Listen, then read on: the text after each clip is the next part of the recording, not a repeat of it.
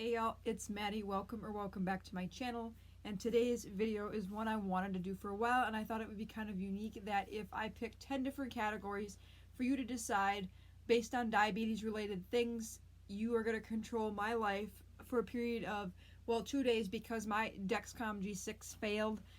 It was an old sensor. It made it 16 days and it was on my arm, but it had just started peeling up, and I don't know if it was from like excess sweat or something, or the humidity was messing with it, but it was giving me spotty readings all the time, and it would fade in and out for 6 or 7 hours. So today I've been finger pricking a lot. But anyways, I'm gonna do the G6 part of the video on today, which is July 16th.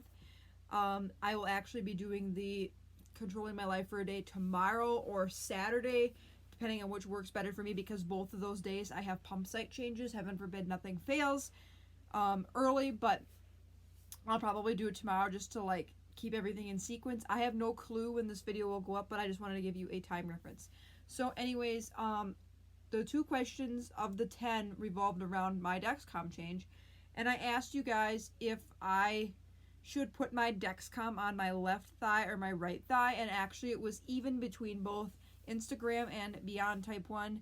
17 voted for left thigh, 17 voted for right thigh. So in a minute I will flip. I have a big huge penny that I got from like 7th grade when we went to like a museum, a big like fake penny.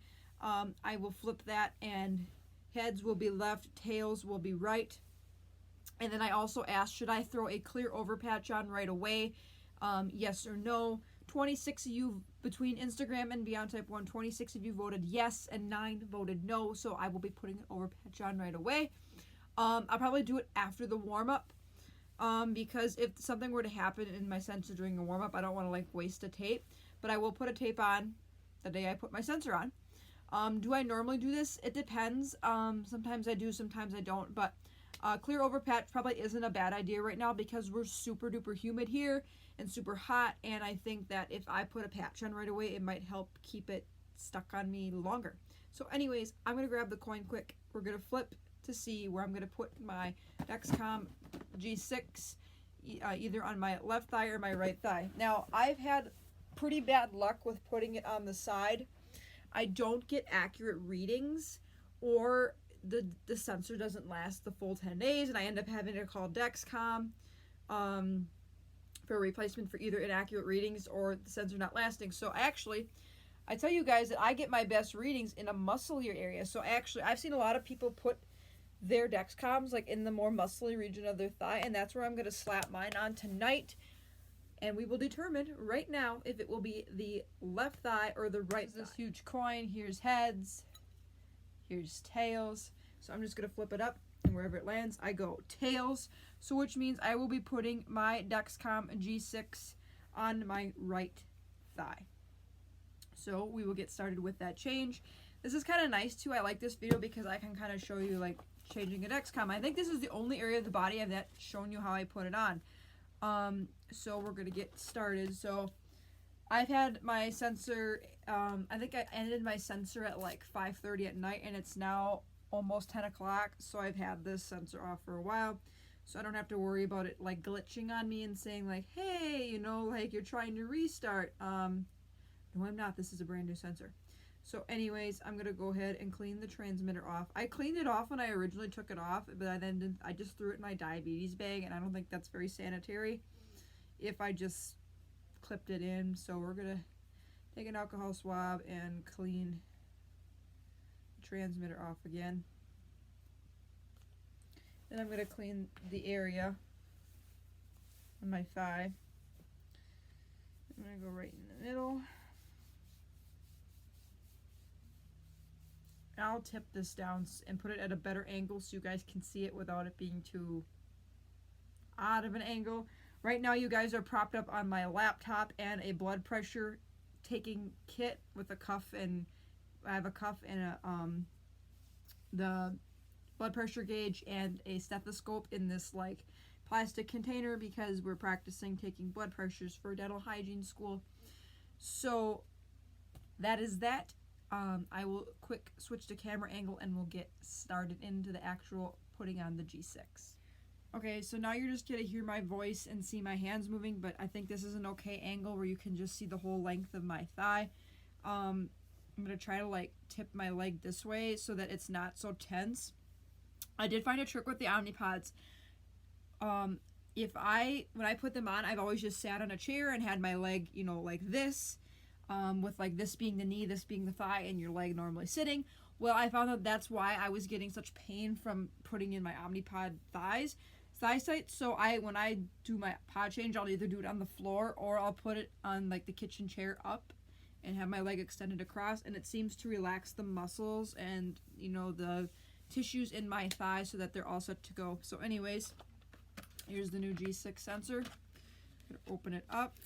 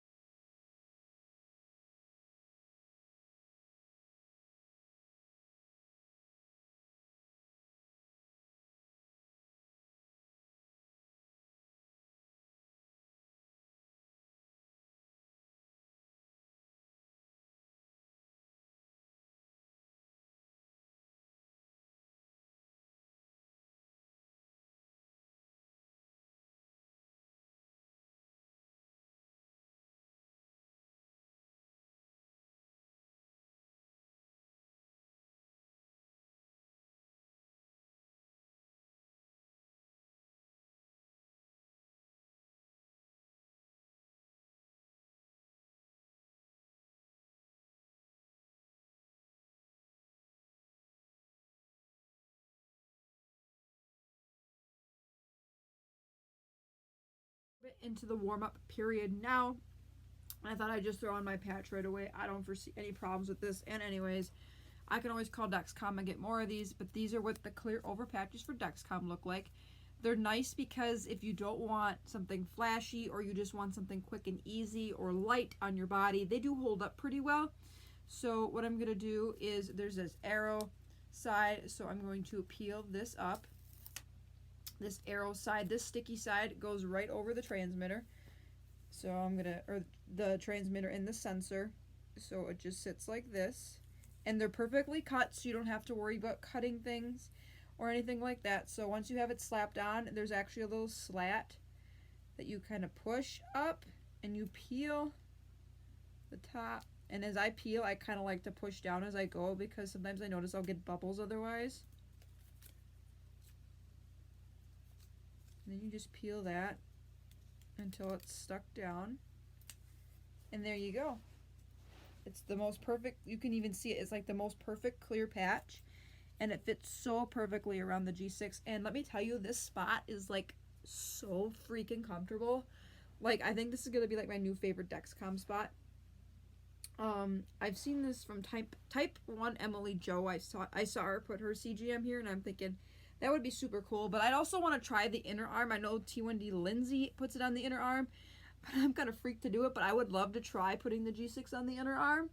Although I don't know like how my body would react because you can see the amount of veins that I have. Like, I'd be kind of freaked out to stick it there and then like, you know, have like a blood gush or something. Because like I said, I'm a genius at hitting my own capillaries. So anyways, I will see you tomorrow or on Saturday for the rest of the type 1 diabetes Instagram and Beyond Type 1 Control My Life Diabetes Style.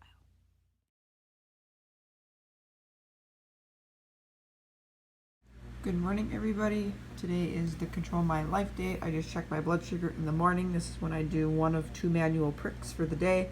I'm 106 and my Dexcom says 114, so I'm very, very happy with the accuracy of this site in the middle of my thigh. I think it's going to be my new favorite, but anyways, I believe cereal won, and I will prep my breakfast and we will get going with the first part of my day. So there are about 43 carbs in this meal. There is 29 carbs for 1 1/4 cup of this Special K cereal with 3/4 cup of milk, which is what I'm going to add. It says 38 carbs. So that's 38. This, I'm going to have 2 tablespoons of peanut butter for protein with my cereal just by itself. So that would be 44. And then the eggs and the cheese, I don't really count. I might just add another carb just for the protein. So that's 45 carbs.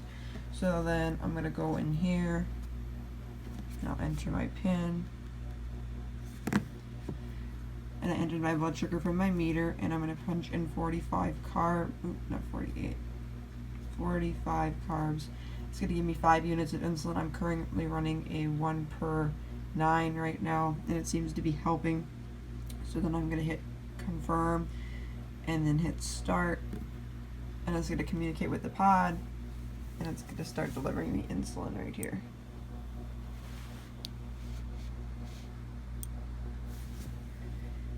So now I'll start a 20-minute timer while I get everything ready. I can begin eating the eggs right away because it's just protein, so that's not an issue there, or it's not really going to spike my blood sugar immediately.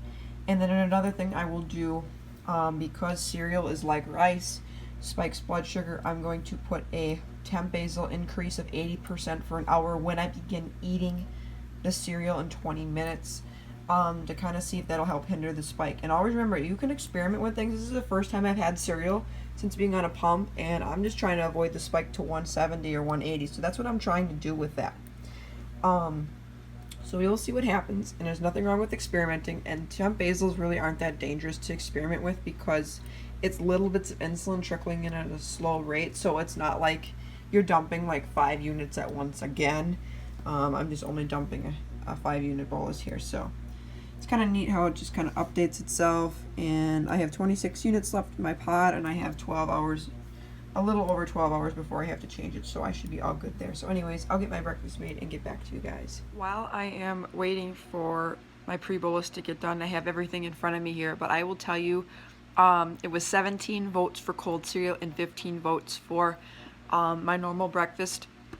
As some of you do not know, type 1 diabetics and cold cereal are kind of a disaster for blood sugars if you don't take appropriate precautions for it. But just pre-bolusing doesn't work for me, because when I was on shots, that's all I did was like pre-bolus, and I even tried like half an hour pre-bolus, and it just wouldn't work. I'd still spike to 170 and 180 and crash. So I'm gonna try doing that temp basal when I begin eating my cereal and see if that'll kind of help. It'll be interesting to see what happens, and I'm kind of happy you guys picked this because I think it's just a good way to show that like you should feel free to experiment with your body in a safe and sensible manner. Now, if I would have taken more than the serving size, I probably would have ended up with a disaster of blood sugars. Or maybe incorporating some protein here is helping, because I know if I were to eat cereal straight by itself, I probably would have an extreme issue. But I find it very important as a type 1 diabetic to incorporate a lot of protein in your diet because it just helps with blood sugars. I've noticed it more stable. Or like if I come back from a low blood sugar, I'll have like, meat and cheese or something really protein based, that just to kind of hold the blood sugar there. Because protein's really good at stabilizing your blood sugar, and it's kind of a fascinating thing to think about.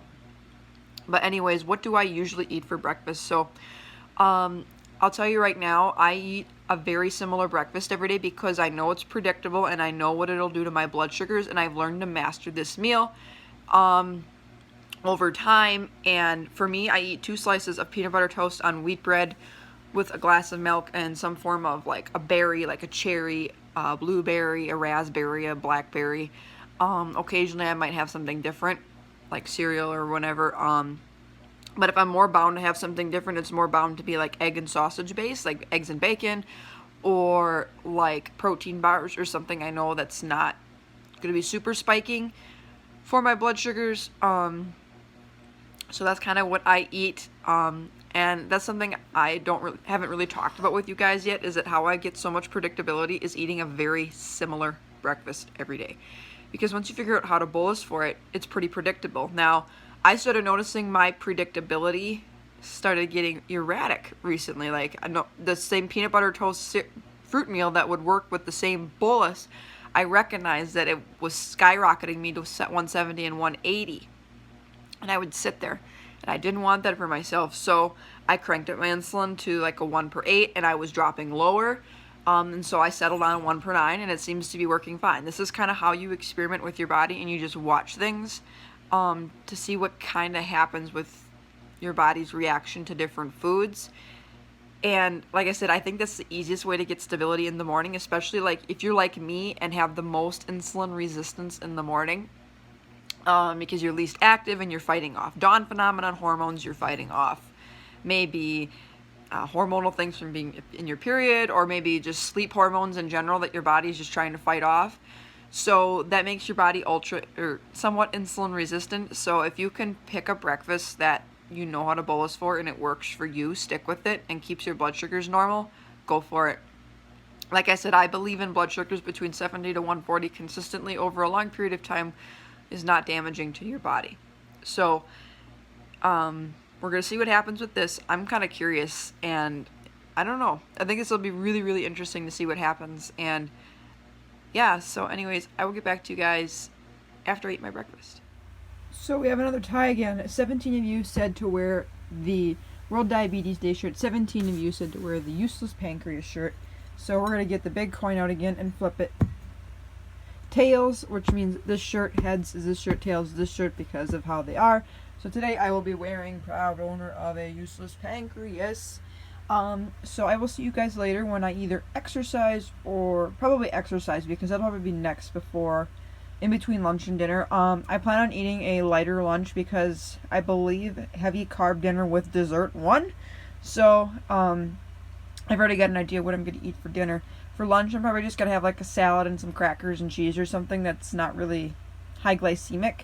At least for me, the crackers don't seem to bother my blood sugar. So anyways, I'll get back to you guys later, but this shirt won. So kind of neat because in celebration of the Lion King, right? That'll be coming out soon. Proud owner of a Useless Pancreas with, I don't know that monkey's name, but that in place of Simba, there's a pancreas. So anyways, I'll get back to you guys later.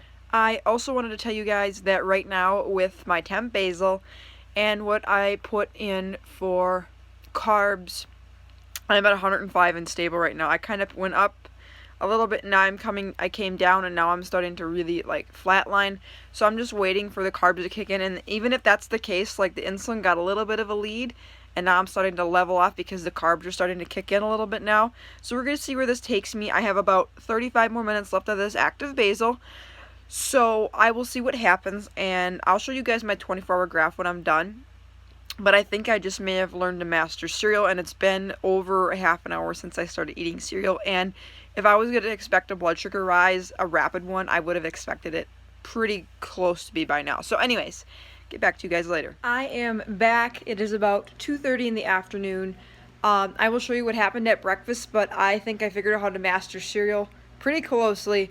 I spiked to like 160, and then I took an extra unit, and then it came down and ran the temp basil a little bit longer, or put a new one on, and now I'm cruising in the 80s right now and stable. But I'm gonna go out and exercise, and you guys, between walking and yoga, 23 of you voted walking and 12 of you voted yoga, so I will be going on a walk. I think I'll take my dog with me. I think I'll do a walk in between 20 and 40 minutes depending on how I feel. It is kind of sticky out, so I don't want to get like super sweaty, but I'm going to put a temp basil decrease of about 40 to 45% for an hour. When I walk, I don't need an extreme decrease. It's not like me mowing grass or doing intense cardiovascular activity. I need a mild decrease, not like a major one. So I'm going to do that very quickly here, and maybe I'll take some footage of me walking outside. But that is the update, and I will get back to you guys later. So I wanted to pop on here before I actually go. I recommend when you exercise, do not exercise with active insulin in your body if you can prevent it, or let it be like less than like 2 units, because I find otherwise I end up having a hard time fighting a low blood sugar later on. But because I'm not going to be too far from my home, I'm not going to carry a bunch of stuff with me. What I'm going to carry with me is my phone to see my Dexcom. I also have my Apple Watch on so I can clearly see what my blood sugar is. And then I'm going to carry 2 Laffy Taffies. Each of these has like 7.5 grams of rapid acting carbs. So if I do end up going low even with this temp basil, I can at least treat that to kind of buy me time until I get home. I'm not going to be far from home. I'm actually just going to be walking around like my family's property for an extended period of time, like 20 to 40 minutes, depending on how I feel, what the weather's like, and stuff like that. So I recommend do not exercise with active insulin in your body. That's just going to make things harder. Only exercise when you have your basal insulin up against you. And if you're going to exercise cardiovascular wise, most likely you will need a decrease in your basal insulin. Probably not by a lot for the cases of like walking or light exercise, but things that are strenuous, I do like 85% or 75% decrease when I'm doing strenuous exercise. So anyways, let's get right into the walking footage. It is sticky out here, you guys. I'm only like 10 minutes into this walk, but still cruising in the low to mid 80s and stable. So like I said, I believe you can exercise with normal blood sugars. You just need, like, if you don't have a pump, I probably would have ate something beforehand, because obviously like you can't stop basal insulin once you take it. Like if you took like Lantus or whatever, you can't stop what you do. But I feel like a pump has made the other little things of dealing with diabetes so much more convenient, and being able to maintain normal blood sugars is so amazing too. Like a lot of you would start probably feeling low at like the 80s if like you're used to riding higher, but for me like 80s is like where I want to be. Like that's what your body actually really wants to be, is between 70 and 140, or even better yet, between 70 and 120. And when you can minimize those high blood sugars, you'd be amazed how good you feel at normal blood sugars. And the benefits is so incredible that I don't actually feel low now until like I'm in the low 60s or upper 50s, when there's actually a critical low and when it's actually super dangerous. I feel comfortable, like I said, going to bed in the 70s, exercising in the 70s. Now if this was intense cardiovascular exercise like jogging or mowing grass, I may eat something in addition to a bolus just to give me a little bit of a safety net. But in the case of this, I'm not really concerned. And always remember to carry sugar with you, because you don't know how your body's going to respond. Maybe a 45% decrease is not enough for me. But anyways, we're going to keep going with this beautiful walk. I'm about 10 minutes in. I'll probably go another 20 to 30 minutes. And I will update you guys when I'm all done.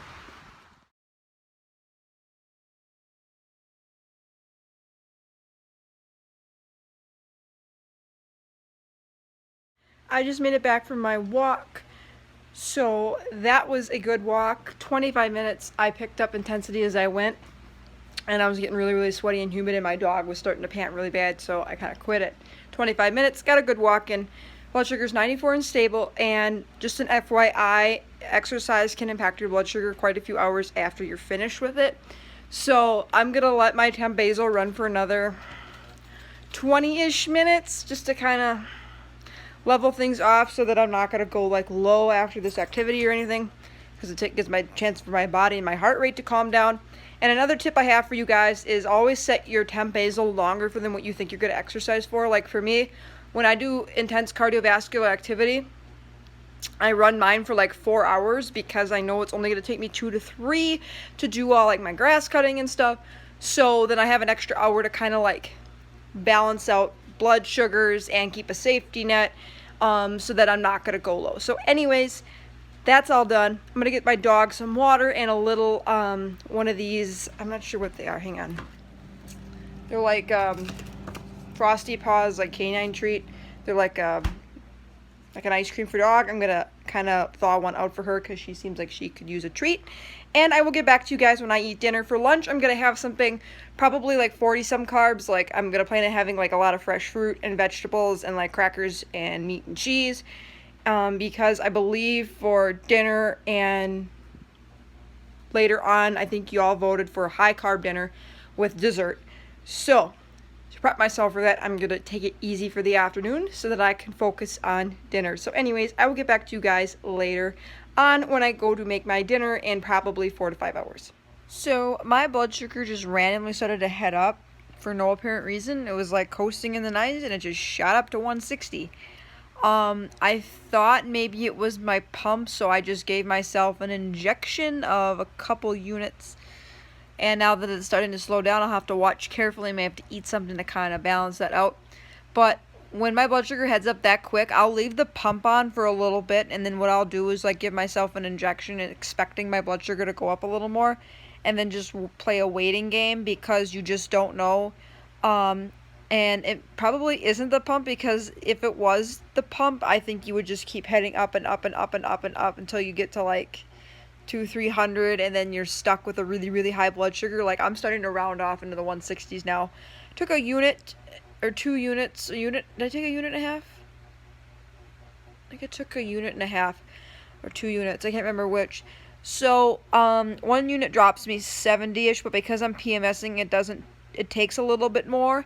So I'm not as concerned riding a 1.5 to 2 unit insulin mark with an injection. So I'll just have to be careful, keep my basal rate running. I only have to keep this pump on for another 5 hours.